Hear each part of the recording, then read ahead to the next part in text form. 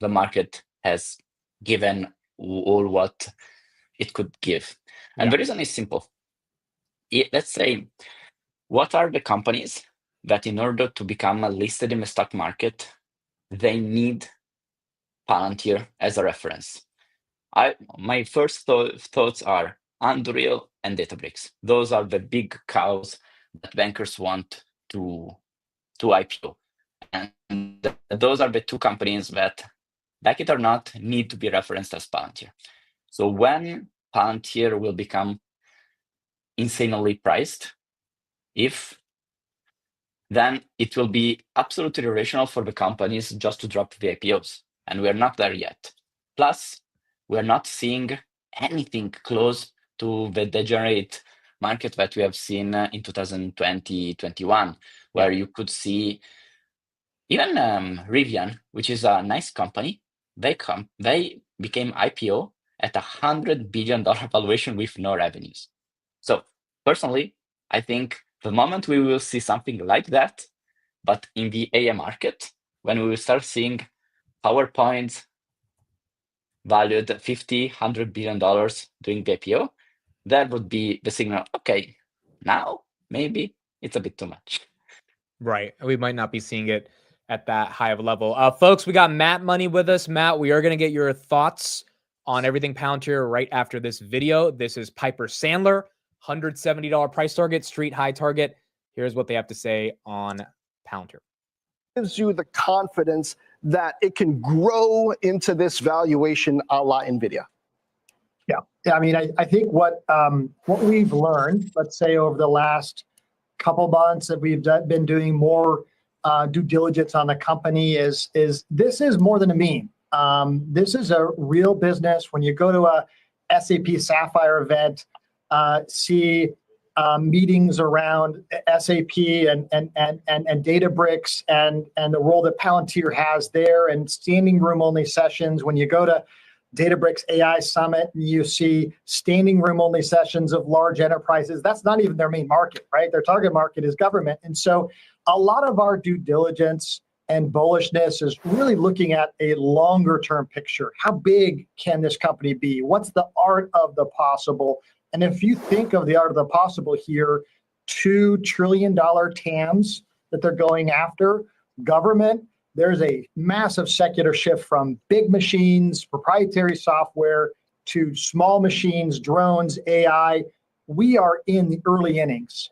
We have this $2 billion government business. Okay. We think they could 5x to 10 billion on the enterprise side. That's $1 billion business. We think that could 5x as well. So very early days. What are the signals what we're then? underwriting is a longer term opportunity. What are the signals then in product and strategy within Palantir that they are both consolidating the lead that they've got thus far in this enterprise AI lane where they are, and expanding? Does it have to do with developer tools? Does it have to do with platforms, unique environments that they're going to build?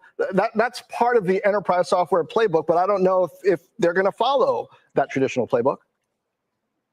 There's nothing traditional about this business model, management team, or approach. So unconventional is the right label here. And I think 5 years ago, when we looked at this business, we put it in that data tooling kind of space. As we've done a lot more due diligence, talked to customers, talked to partners, those former competitors are now partners, both on the defense side, where they compete against prime contractors. They're now partnering with the primes. With data companies like Databricks, they're not partnering with Databricks, right? So I do feel like the signals are competitors turning into partners, number one. Number two, if you look at just web traffic trends, if you look at like the acceleration you're seeing in web traffic trends going to the website here, the pace is very similar to Palantir, as you're seeing the web traffic trends at ChatGPT, the web traffic trends you're seeing at Anthropic. And so it looks like those signals there are matching up with what we think will be an AI secular winner, along with some of those others. We were just showing on the screen the government revenue growth, and Palantir does have a great exposure to government revenue because it's won a lot of that business. But aside from that, from a strategic point of view, what's the biggest risk to Palantir, either a technology-based competitor or a shift in trend that would potentially upend your move here? Listen, government's a little harder. I'm not a government specialist, right? So that's a little bit of a black box for me, but you can see the awards stacking up that gives us confidence that business can get a lot larger. You have this secular shift from big machines to small machines and AI software. On the enterprise side, what could go wrong? What's driving that business? 30 years, we've seen the pendulum swing away from custom software towards prepackaged SaaS. What needs to happen is you need to see a shift away from prepackaged software to custom. And if that happens, I think that's what's fueling the growth for Palantir. If that pendulum doesn't swing back to custom builds, where a city builds their own custom app on top of Palantir, where a Wendy's builds their own custom app on top of Palantir, if they go back to just buying prepackaged software, that growth profile will be wrong. That's where the risk lies. So that's the secular trend you're betting on here with this one, is more enterprises with their own proprietary data, with this ontology logic layer delivered through Palantir. They can build their own custom app. All right, Matt Money, sounds like a lot of what you were talking about 3 years ago. What is your take on that, and what is your take on Palantir at 160? Well, thank you for accepting me in my tardiness. It's always good to be with you guys. And Arnie, good to see you, brother. Dude, Yeah. You've been hitting the gym, dude. You're looking fit as hell, looking good, brother. So regardless of what that guy said, I agree with him to a lot of the details that he stated, but I think he's right, but with a very slight nuance, right? I agree with him with respect to the fact that he's talking about customized software, but I think what he's talking about is customized software for the industry. So what I think is going to be seen is that what Palantir has done extensively is they've grown from, say, 20 industries in 2020 to over 50 industries today, and created these underlying opportunities and platforms and applications for each of these industries in which they're in. And so now when they go to a new company in one of these industries, they have these underlying applications that they can either test, try, or have. So it's almost like you have these out-of-box solutions that they can kind of approach you with. Now, those companies could also come with their own customized solutions as well. And I'm sure that some of these companies will come up with their own bottoms up. But I think it's also allowing them to potentially come out of the box even faster, and allowing them to say, hey, we've dealt with this before. We know exactly what you might be looking at, and we've understood how the ontology works from, let's say, a warehouse or an oil and gas company or a Boeing of the world from a manufacturing standpoint. Let's help you. That's why Warp Speed has been so successful, is they've utilized that in manufacturing, and now they've said, hey, we're going to utilize this with other manufacturing companies. So it's not entirely custom, if that makes sense. It is, right? And it's building things up from the ground up, but it's more specific around industries versus something like what you have with Microsoft has been, hey, we're gonna give you, these pre-made things, and you're gonna try to put a square peg in a round hole, and it's just not the solution anymore. Arnie, your thoughts on the 170 price target? Also, what do you think about Piper Sandler saying after our due diligence, it's not a meme, it's a real business? I find it funny that they needed to specify. And if they needed to specify, it means that for some people, the label is still alive in their head. Personally, I'm more interested to the last part, which is something Matt, I think, brilliantly is explained. Of this is software that is tailored more and more towards the industry, much more than tailored, like built from scratch each single time. And make me think of, probably the question is not neither that much of, but is the trend prepackaged software, or the trend is a custom made? I think the trend is software that works, software that dominates. That's the key. But and what was the issue typically with custom made software is, once you want to have something custom, it means extremely long time to build, extremely vulnerability to break. And since there is something that is too specific for you, you have little reference cases of what's outside. But if you have software that is custom made for your company, your industry, and you can deliver it fast, and you have a lot of iteration cycle where you get feedback from many customers, and you can improve the software for your specific needs, but at the same time improving the strength of the ecosystem, that is where the magic happens. And I think that is more the real trend than software that is prepackaged or customized. Software that works, software that doesn't work. And the more shocks you have in the system, call them tariffs, call them carry trade, call them political uncertainty, whatever, the more this distinction between works, doesn't work becomes more evident. Personally, I was very surprised by seeing again how much the government side has been accelerating, because typically we tend to think more into, oh, the commercial side is what is really pushing the numbers, but now we also have the second motor, the government side, pushing as much, even more in the last quarters. And then again, let's make the example as of before. If we just confine ourselves to an Excel world, we would say, oh, now we get back to normal growth, because you have this spike and then you need to normalize, return to the mean.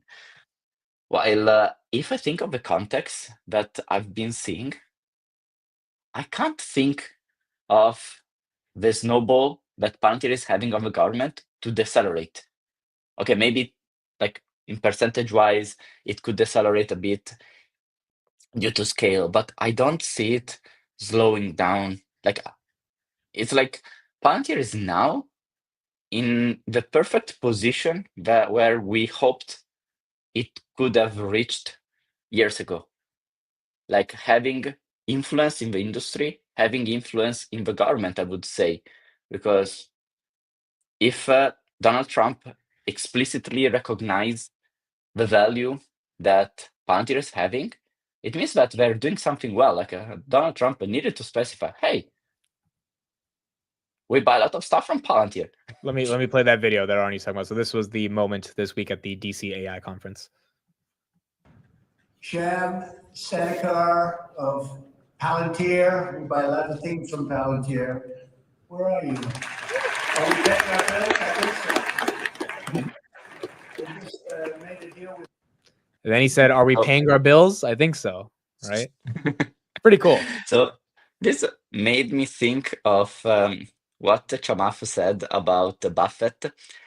Stop talking about Apple before Buffett actually sold a big chunk of Apple.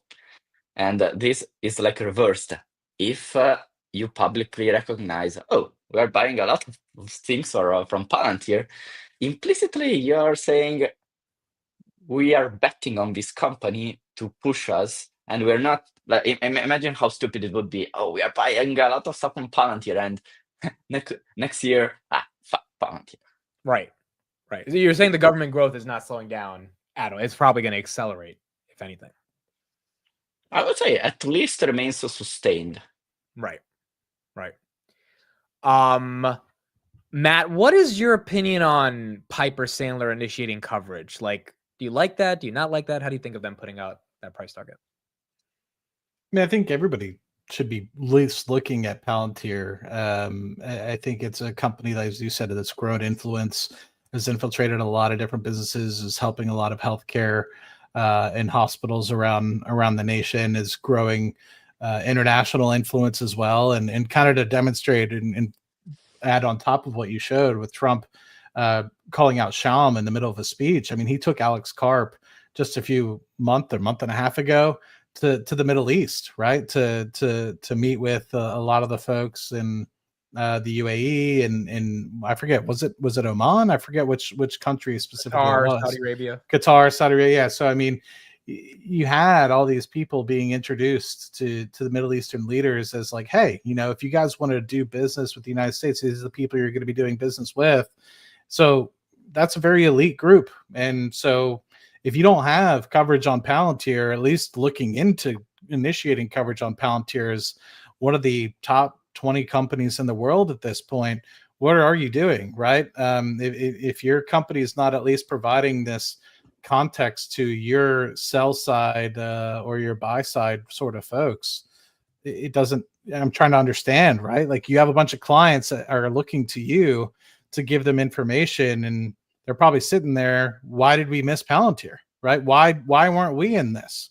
Why did other retail investors like the Amits and Arnies of the world are able to find this at $6 or $7, and we're just getting initiated at $145, $150, right? Why is that? And so I think that they honestly, if anybody hasn't initiated coverage as of yet, has a lot to explain to the folks that they have on their newsletters or have that they feed their information and stock insights to for not initiating coverage earlier. Just a bit of context. This speech was done at an event specifically how to push AI in the US to make US great again. So it's not a random event. Here, I mean, there's Jensen right there. All the key leaders. Yeah. Yeah. So you had in one place all the most influential people related to the sector, and you have the president acknowledging the value Palantir is providing. Well, that's also the thing. Palantir's sphere of influence is very important. They don't have thousands and thousands of customers. They have less than 800 customers, but their influence feels like they have 1 million customers, right? So it's like the street's obviously pulling forward a lot of growth. Palantir, we all believe, will be able to put up the growth. We've seen how Karp has literally said, we want to be not $1 trillion, we want to go to $3 trillion, right? Like he's feeling confident that they can get to that growth. And then you look at the actual numbers that not only top line's amazing, but bottom line with the margins are incredible.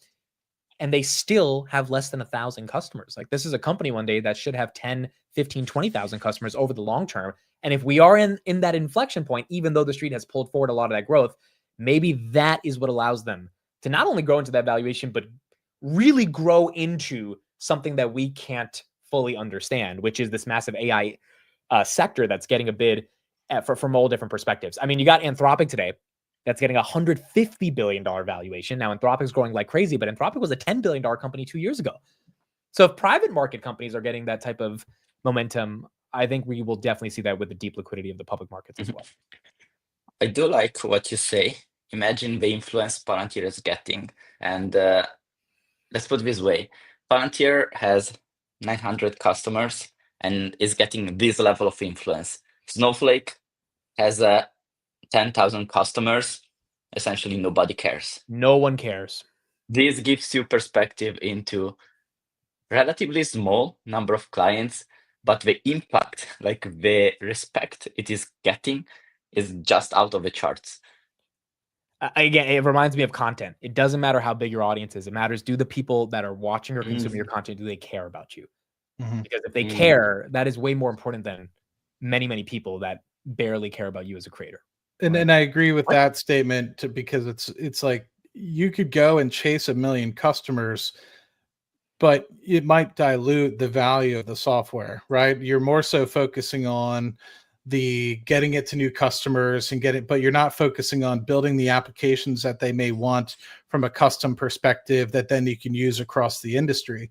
So you have to play a fine game of, say, who are the customers that can really help us strategically partner with and grow the business and make us a better software company in the long term, rather than just getting a random client just to get revenue through the door. And I think that that's what's always been strategic from a Palantir sort of lens, is they're focusing on great companies that are in great industries and trying to solve the world's biggest problems, not just trying to show up to solve and get revenue. So, guys, how many analysts are covering Palantir? Do you know it? I think it's 15, maybe a little less than that. Matt, what's your number? I couldn't tell you. Is 26. which is a big improvement from months ago. But Yeah, still, you're do you right. know how many snowflakes it has? 32. 40. 50. Wow. 52, actually. So imagine, so going back to my point earlier, Arnie, and I hope this is where you're going with this. Is like, think about all the analysts that started coverage on Snowflake and where that stock is traced since its IPO, and the lack of coverage that Palantir has gotten thus far, and it has grown from a company that wasn't even included in the S&P 500 to now being in the top 20, 25 companies in the world. And you have literally less the amount of analysts covering it than you do for Snowflake. It is pretty incredible. I want to show you guys a clip, a little bit of a blast from the past. I showed this on my market close today, but I think it'll be nice for everyone to revisit. This is from the Q4 2021 earnings call. This is when Alex Karp was asked about when the company would be profitable. And here's what he said. I know a lot of us, definitely myself, was down pretty heavily on the Palantir position. I was 23 years old at the time, and I was listening to what he said. And I think looking back on it 4 years later at all-time highs it's pretty incredible to see how this all played out. And there will be a normalization that will get us into a range where you would see in a software company within the next 18 months, latest 2 years. But there's essentially, and that's going to take a little time. It is going to happen because it's also very much linked to another question, which is how do you actually run the company so it's profitable someday on a GAAP basis, not stripping out comp, and that is also within eyesight. And those are goals for Palantir because same reason we have no debt, same reason we have $2.3 billion on our balance sheet. This is a company built for bad times. Bad times mean strong finances internally. And that means at some point you have to be GAAP profitable. You can't be GAAP profitable if you're diluting people or correctly. Your stock-based comp is totally is not in conformity with other companies. So you're seeing a normalization. This will change. It will change in the relatively near future. It'll be linked to other things that we believe are important for Palantir, like having a company that thrives in bad times. And bad times are very good for Palantir because we build products that are robust, that are built for danger. And then the finances internally are actually built for bad times. And bad times means you have free cash flow. The free cash flow turns into GAAP profit. That means the stock-based comp has to be one that's aligned with our investors. Also, because that's basically, it's part of a little bit longer philosophical narrative, but like if software is the only moat, then value and growth shares have to be evaluated in terms of their value. Value only exists if you can actually get a tech moat, call it, maybe it's something besides, and growth only exists if you build a company that is where the technology is strong enough, the business fundamentals are strong enough that the free cash flow actually turns into GAAP profitability, and that's linked to stock-based comp. So this is a priority both because you care, but also, quite frankly, because it is the health of our company, which we care a lot about. Arnie, I don't know when's the last time you saw that clip, but what is your reaction looking at what he said 18 months before they became profitable to now at $160? You're muted. Seems ages ago. I love how Karp evolved, and I love how he was aware, but didn't rush into making things. And again, to make your content reference continue, it really made me think Karp was like a creator literally trying to build the audience, not by following a recipe.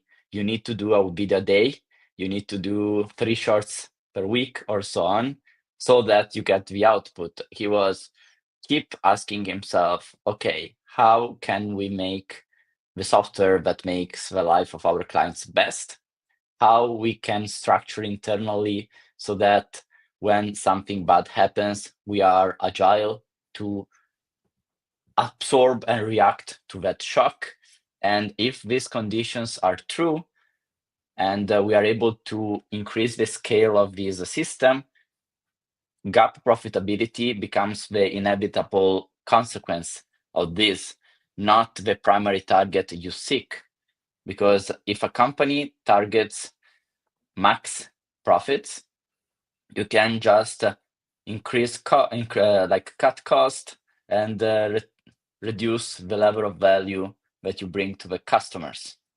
But if you're maniacally focused on the clients, then the profit is just the manifestation of that value that is scaled towards clients. So I loved the psychology / the philosophy in it. That I remember the first time I heard the video was like, what? What? But it's so nice to see in hindsight how everything that was in Carp's mind actually makes sense. Makes me even more confident on the fact that when Carp speaks, do listen carefully. Matt, any reaction from watching that 4 years later? Yeah, I remember people giving a lot of crap of Palantir at that time. Looking back, a lot of people were like, "Oh, it's a share-based compensation machine. All they're good doing is giving out share-based compensation." And if you look at the net income back then, they were losing about $100 to $150 million a quarter. If you remove the share-based compensation, they were pretty much breaking even as a company. Yeah. And so what I think Carp had seen at that point was, hey, if you just remove this from a net income basis, we're actually creating, breaking even as a company, and our revenue will be growing, pretty well. And I think into 2021, 2022, at least they were still growing at a 20 to 30% clip at that point. And so they knew that at that point they were going to be getting into a place where they're going to start being able to grow the balance sheet. They had basically went from about $1 billion and a half pre-direct listing. Once they listed, that's where they were able to get the 2.3 billion that he was referring to in the video. And at that point, being cash flow kind of neutral, to the point where, hey, we see ourselves in the future actually starting to generate cash to the bottom line. And it's only been evident since then, where they've been able to not only double the amount of cash on hand, but go from 2.4 billion to just last quarter 5.4 billion. And that gives me like the mindset of like the possibilities of where this company can pivot to and go next is literally endless. The company has no debt. They're continuing to generate ops cash over $1 billion. The valuation, yes, you can get yourself, until you're blue in the face, whether it's overvalued, undervalued, it can be a $3 trillion company, etc. But what you can't argue is that this company has the flexibility for the hard times, just like Carp mentioned in that video. They're producing over $1 billion in ops cash as of last year in 2024, and they're going to continue to grow that to probably over 1.6 billion in 2025. So it'll just be really fun to watch and see how their cash flow margin continues to grow, and excited to see when they get to a $5 billion run rate in revenue. It should be in short order. Annually, not quarterly.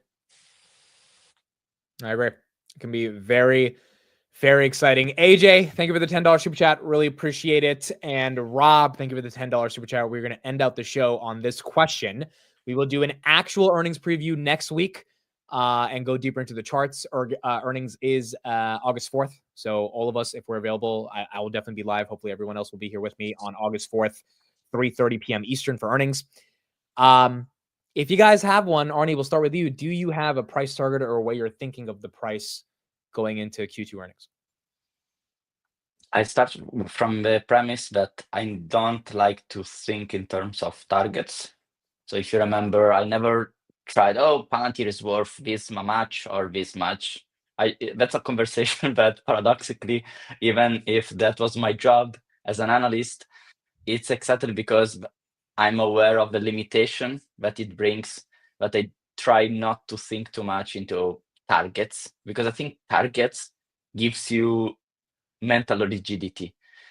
But if you can ask me, okay, what do you personally expect? Like, what's my guess? And that is nothing more than a guess. I personally think in the 170s, aligned with Piper Sandler, because I ask myself, okay, everybody knows that Palantir is the AI software company. Right now, personally, I don't see reasons to be scared of the price action other than is expensive, but as we were saying, the wind is so strong that I personally expect there would be some speculation of people just buying up calls before the earnings. Also because in their relatively recent history, Palantir has surprised during the earnings. Also the last time, if I remember correctly, that we crossed the 100, right?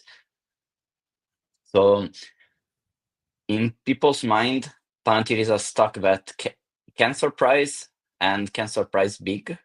Therefore, you can play with options if you are a trader. And I think many traders will buy calls. And if many people buy calls, then the price is like has a push towards the positive side. But again, this is just pure speculation. Don't assume this to be true. Matt, your thoughts? Any predictions going into earnings? I mean, I've always been awful, obviously, over the past 18 months, giving a price target on Palantir. I would just assume that it stays flat or goes up from here, just based off of what has been happening. I think that institutions aren't done buying it. Maybe you see a slight dip, but I think that even still, I think institutions are far from done buying it at the moment. The thing that I think will give it a lot of boost is, and we talked a little bit about this earlier when I had the opportunity to jump on the market close, was even just staying flat from the 883 revenue that they had last quarter to this quarter, quarter over quarter being 0% growth, year over year from the second quarter where they generated 678 million last year, just going to the 883, that's a 30% growth without even growing revenue quarter over quarter. So what they guided for, I think, was 38%. And that's, as already alluded to, they've generally been guiding slightly conservative over the past few quarters. So likely that they'll end up in the 940s, 950s, potentially even, and that would give them a 40% clip. I don't know. I generally don't like to give price targets. I always look I try to look down 10 years, 20 years down the road, and I still think this is a trillion and a half dollar company.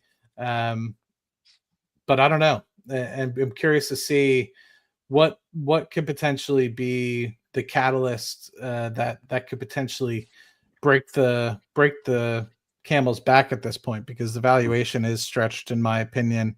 But overall, it doesn't mean I'm going to sell. I think the company's great and are doing all the right things. It's just that the valuation maybe has gotten a little bit stretched. Not maybe, but has gotten a little bit stretched. It's probably 5, 6, 7 years ahead of where it should be at the moment. The valuation is stretched. Does that mean, and you're not selling, does it mean you're considering making covered calls? I do have some, unfortunately, in like the 140 range. I have some in like the 130 range that are currently underwater. So that's just to be completely honest and blunt. There's that aspect of things. So hopefully we'll be able to get out of those over the long term. But I generally try to write covered calls on a lot of my positions very far out of the money. And as we know, Palantir has just been one of those companies that has just completely rocketed and continues to just, no matter how far out of the money you think it is, right? The pendulum has swung so far that you can't quantify. And the problem is with covered calls as well, for anybody that's listening, is covered calls, especially if you look at like the deltas and the probabilistic ranges of what you think is actually going to show up, it's based off of historical movements. And so if you're writing on something that isn't moving very far, and next thing you know, it starts to move very aggressively, you're going to write something that is based off of movements that weren't very aggressive, and now it's moving extremely aggressively. Unfortunately, you're kind of getting yourself into a pickle at that respect. So just some food for thought, because a lot of times what that implied volatility is looking at is the previous 30 days, 60 days, 90 days, etc. Yeah, and I think people who have covered calls going into earnings, maybe at like 155, 160, 170, if you feel Palantir is going to have a blowout quarter and they're just going to blow past those prices, you can roll it before earnings. You don't have to take the risk until after earnings and when it gets to that price. And you can go far out. You can go to June 2027 and pick $230, right? And so you're qualifying from your 150 strike to a 230 strike based on when you sold the cover call. You might have to pay a little bit for that, but if you're going that far out, you are probably going to collect a decent chunk of premium because you have so much extrinsic value on the contract, which is your time value. And then you have to ask yourself, okay, by June 2027, is Palantir more than 230? Now, someone might say yes, someone might say no. I think we can all agree the valuation is definitely aggressive at this level. So does it keep getting more aggressive, or does Palantir keep growing so much that it looks cheap at 230? You don't know. But the point is, if you are in those covered calls, you can, get yourself to a better position. And then you could potentially roll it again when it gets time to get to that strike at 230, whatever it is. And to give people some help, I mean, we all know that the price of the company, the stock price rather, is just a derivative of basically the amount of shares outstanding. So to help people out here, if you're trying to understand what kind of market cap that would be, etc., if you're looking at a $200 share price, you're looking at basically a $500 billion market cap. Because there's about 2.6 billion shares outstanding for Palantir. So think about it in that respect, right? So then if you were to get to $300 a share, that's 750 billion. $400 a share is about a trillion at that point. So just kind of keep those round numbers in mind and what they kind of relate to. Arnie, is my mouth wrong? Probably. I'm not very good at math. No, you're relatively correct. My thoughts on just the earnings is I have no idea, dude. I have no idea. Last earnings, we took a dip. I think we went from like 120 to 108, and then that ended up recouping. I think they need to put up 40% growth. I think they will. If they don't, do we see a dip? I mean, maybe. If they put up 50% growth, do we see that expansion to 170, 180? I mean, even with the valuation being what it is, I think the market gets excited. Could we be flat? I think there's a world where we could be flat. Where, last quarter we were down like 8%. That's not necessarily flat, but if we're down 2 to 3% or up 2 to 3%, I don't think that's crazy either.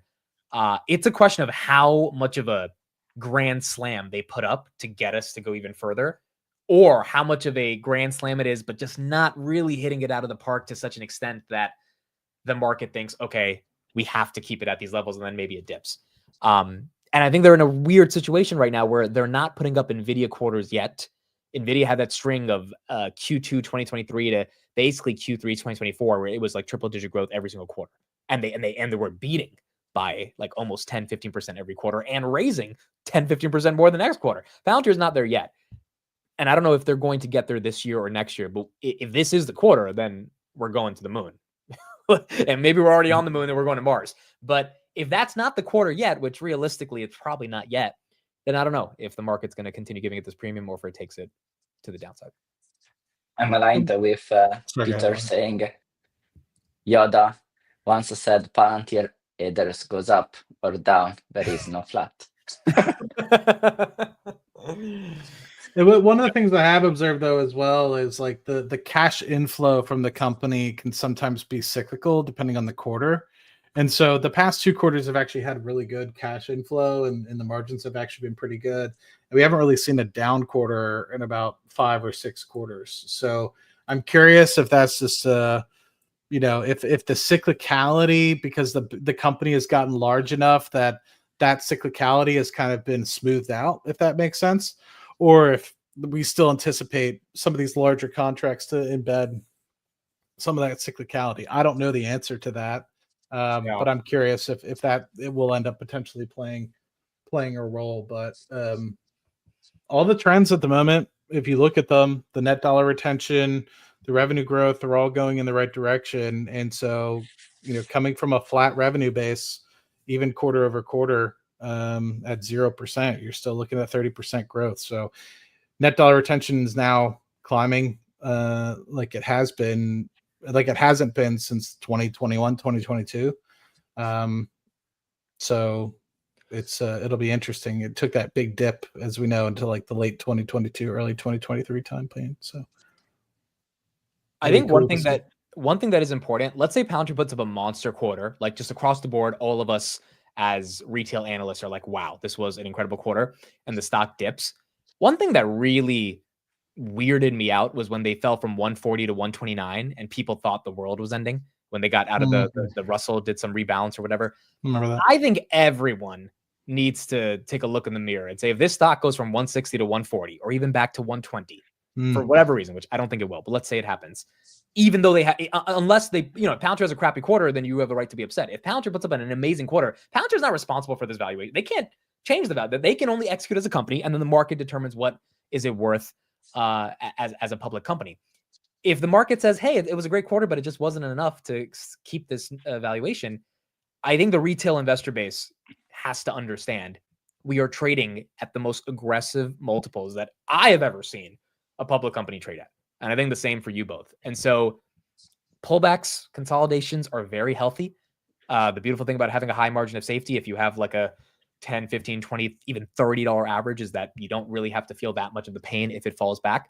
But for those that are buying at these levels, you have to buy knowing that you're buying a company that is one of the most expensive companies in the world. And that's not Palantir's fault.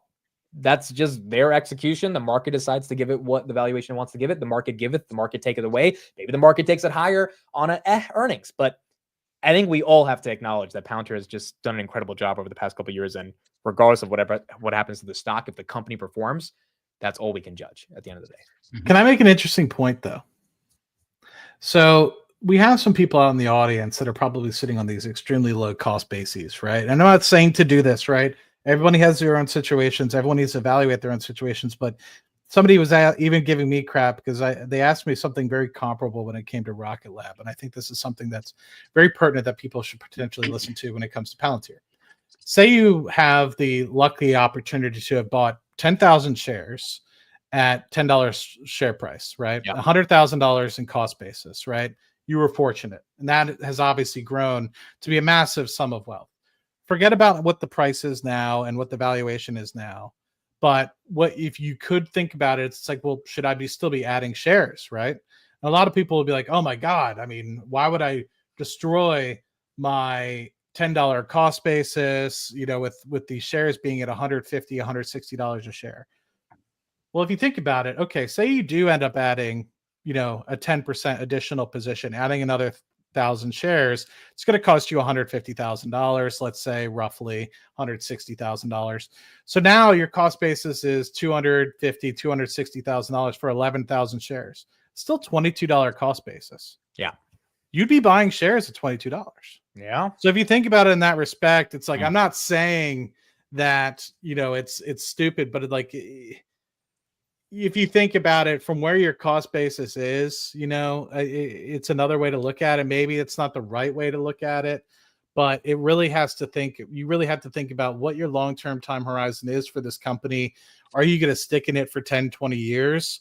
And I think a lot of people aren't necessarily thinking that this company will eventually be getting to a place where they offset all their share dilution. They'll get to a place where they have a 1% to 2% dividend per annum. And I mean, I'm not talking about tomorrow. I'm not talking about next year. I'm not talking about 5 years now even, but I'm talking about 10 to 15 years down the road. This company is going to be generating so much cash that if you think about what your potential dividends might look like at that point, where you're getting a 1% to 2% dividend on, say, $1 million, that's life-changing money at that point. Why would you potentially on an annual basis, why would you sell if you still are waiting for it to potentially get to that $1 trillion market cap valuation? It doesn't make sense. So unless by chance this is the only money you have in the world and you don't want to risk it, right? Which I would potentially get. So, Arnie, any thoughts on that at all? I mean, Arnie, you're heavy in Palantir with like $7, $8 average, right? And you've sold some here and there, but are you thinking of selling at these levels at all, or hedging a little bit, or selling? No. The way I do, not necessarily that's the right way, but I'm seeing that is the right way for me personally, given my financial position, my income stream, that is almost none. The way I like to do it is I like to have some cash aside. So rather than starting from a position, I start from the cash. So what is the cash that allows me to say I'm confident in having bold positions, but at the same time, I don't feel any financial risk. So I can live very normally. So I tried to engineering the way where I can be confident, not touching the shares, but at the same time confident in expressing my view. Yeah. So since especially now these shares have an insane gain in relatively little time, I know that if I just touch them, tax-wise, it really doesn't make sense. And I don't want the Italian government to get a fourth of my position just because it's cool. So Yeah, I'd rather sorry, I didn't not mean to touch cut. it. And I have heard some people being like, "Oh, well, let me sell so when it dips, I can buy back." And I get that, right? But Arnie put a very good point there. Let's just say you do have to give 25% to the tax man. Let's just make it simple and just say the majority of the value of the stock position is actually gains, right? So to remove cost basis.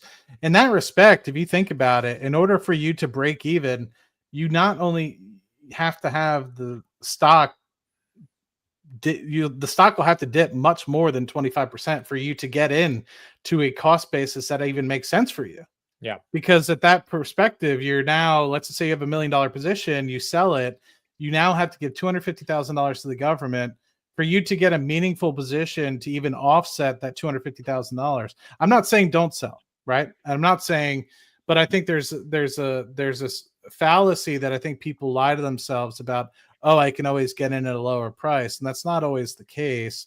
And if you do want to get in at a lower price, you're going to have to offset the fact that you do have to give away 25% to taxes and then get in at a lower enough price. So it's like if you're only waiting till it's down 10, 15%, you're actually shooting yourself in the foot and actually making a mistake by doing that.